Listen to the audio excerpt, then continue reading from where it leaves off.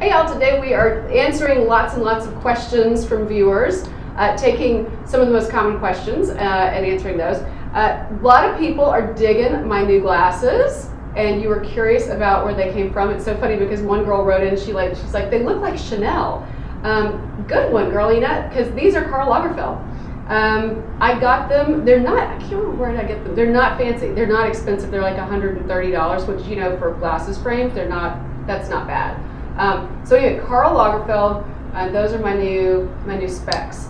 Those are kind of fun. Let's see who else wrote in. Okay, how much does it cost to get the eye lift, the blephs, the upper and lower bleph that I had, and how much does Botox cost? Tons of people asking those questions. The reason I don't usually say is because it depends on who you go to. It depends on where you live. There are perfectly good doctors in smaller towns that are going to be much less than, like, I went to Dr. Dan Baker in New York City, and it was probably $8,000 or $9,000 to get the upper and lower done all in, and that was maybe 5 years ago, so it's probably more than that now. But they're probably perfectly good doctors other places where it's much less than that. This is one place I always say, do not go all budget diva on your plastic surgery. You may not necessarily get what you pay for, but you will get what you don't pay for, if you know what I mean. That is not a place to cut corners. Ask around, interview the doctors, get recommendations, look at their work, call their patients, really do your homework, okay? But I gotta tell you, the upper and lower eyelid lift for me was amazing. And you can go back, actually I'll put a link right here somewhere and you'll find it if you wanna go see that video. Botox, $200 an area, generally, on average. It just depends on where you're going. Again, go to somebody who does a ton of it. It doesn't have to be a doctor, but the esthetician who does it needs to do a ton of it, so he or she will know exactly where to put it. So like this area would be 200, here and here would be another 200 on average. Again, it's gonna vary.